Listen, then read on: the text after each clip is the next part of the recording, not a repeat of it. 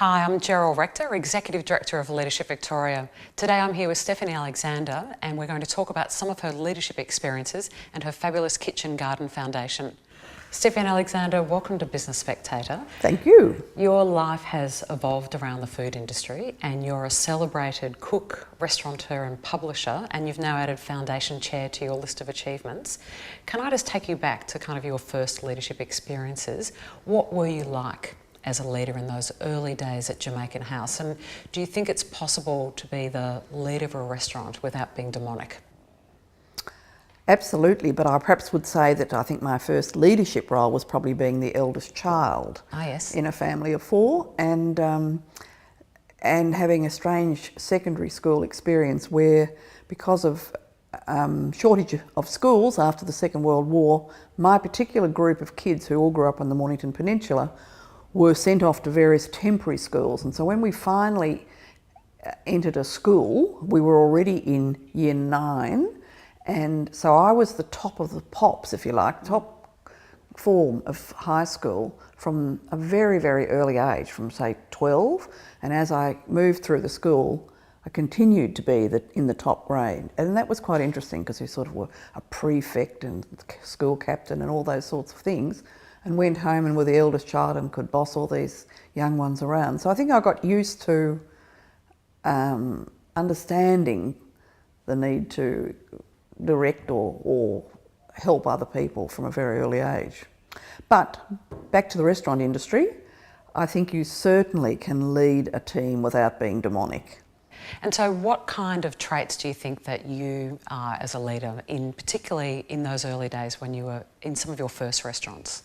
Well, I think that overall it's been communicating passion for what I do by example, and that I have always put in 110% myself, and so the people who have been attracted to work with me have found that pretty inspirational and have been the sort of personalities that responded to that. So it was a team thing that was created. And in reading about Stephanie's, you've said that it took almost all of your energy and commitment to make that restaurant work. Do you think that it was worth it? Oh, certainly worth it. I mean, they were amazing years, or 21 years altogether, and it went from being a fairly small restaurant with a fairly small staff to, by the end of its life, there would have been probably 20 or 30 people involved in the whole operation. And again, it was enthusiasm and passion that kept driving me on, and I would find that it was a bit of a circular thing. I drew inspiration and energy from having committed people around me, and I think they continued to feel they could put in at that level because I was always there and always loved what I was doing. And did you have many people that you were mentoring during that phase? Yes, I would say that the mentoring aspect of my years at Stephanie's restaurant they were very important to me, the years and the people, and some of those young people who came to the restaurant as work experience students even from the local high school. Some of them, and one in particular, went on to become the head chef in the restaurant many, many, many years later. So there was a great interest in watching their own personal development.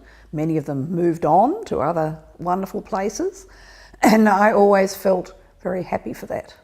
And in 2001, you established, or you started to collaborate with an inner city Melbourne school, and you established the Kitchen Garden program. And you've now moved on to establish the Stephanie Alexander Kitchen Garden Foundation. Can you talk about what you were hoping to achieve, and could you imagine that it would be the success that it is today? Well, what I was hoping to achieve was to show that if you offered young children the opportunity to learn everything about food in the nicest possible way, the most enjoyable possible way, that you would see behaviour change. Ideally, it happens at home in a sort of just a gradual, gentle way from toddlerhood, but we do know that for many children this is not the background they come from, and it's not a high priority for their parents. So unless there is an early intervention, I have always believed that it's not surprising that children respond to the messages that they get all day, every day, all around them from people who are trying to persuade them to eat pretty low nutrient type food. And I just think positive modelling is an incredibly powerful influence, And that's what I wanted to try. So we tried it out at Collingwood, and for 4 years before we were able to make the foundation real. And it has just progressed. And I mean, to me, it is not surprising that it has succeeded. To other people, I think it's perhaps surprising that it has expanded the way it has. And when I'm asked if I thought that that's what was going to happen, I think I'd have to say I probably wasn't thinking too far ahead. I was just concentrating on getting one program up, running, being strong, offering a model that people could come and have a look at. But I was still talking about the idea that this was the way to influence what young people eat and how they feel about the environment. So I don't know what I thought was in the future. You said that you thought that people were a bit surprised that it was going to be a success, or they were surprised that this was the way forward. Why do you think that? Well, I think a lot of people don't even think about it. And there are many people that I meet who haven't had the sort of upbringing that I had, being in a family where what you ate did matter, where you actually talked about what you ate, where you actually grew things, where part of every meal had probably come from our own garden. And that can't help, in my opinion, breeding a food lover. You just love it, and it's part of your life forever. And I find that a lot of the people that I talk to, be they politicians or bureaucrats or counsellors or some teachers, they haven't had that sort of background, and it takes them a bit of understanding, a bit of coming to actually look at the program in action before they can see how powerful it is. And picking up on that, as a foundation chair, you do have to talk a lot to the government sector and the corporate sector. What is that like as a leader? Is it a different experience to what you've had in the past? Yes, it is. I think speaking to people like that is very different, and I think that I'm sensible enough to understand that it also requires skills that I actually don't have. It requires a complementary set of skills of people who can talk figures in a way that I'm not comfortable with, but I still think that the colourful and the descriptive way that I can describe the program, the benefits of it, the impact of it, is often extremely powerful to politicians and anyone else I'm lobbying. But I do like to go along with my CEO or somebody else from the foundation who somebody can turn to and say, well, how much is it going to cost? Stephanie, what has been a crucial moment in your leadership experience, and has there been lessons that you've learnt from that time?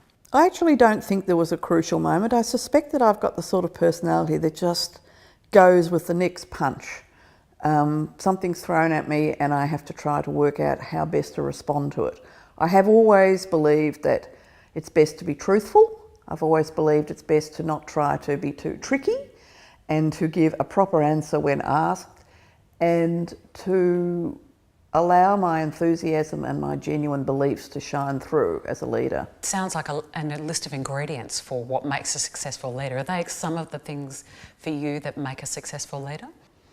I think so, and I think it's very important to never lose sight of the big picture.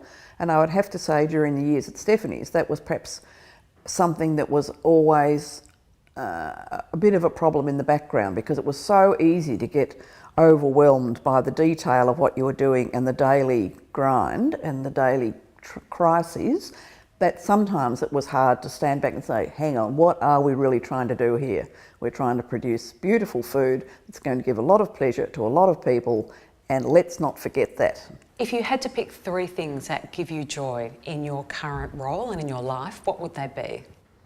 Top of the pops would be my children. We have a wonderful relationship. We really enjoy each other's company, and they are marvellous young women.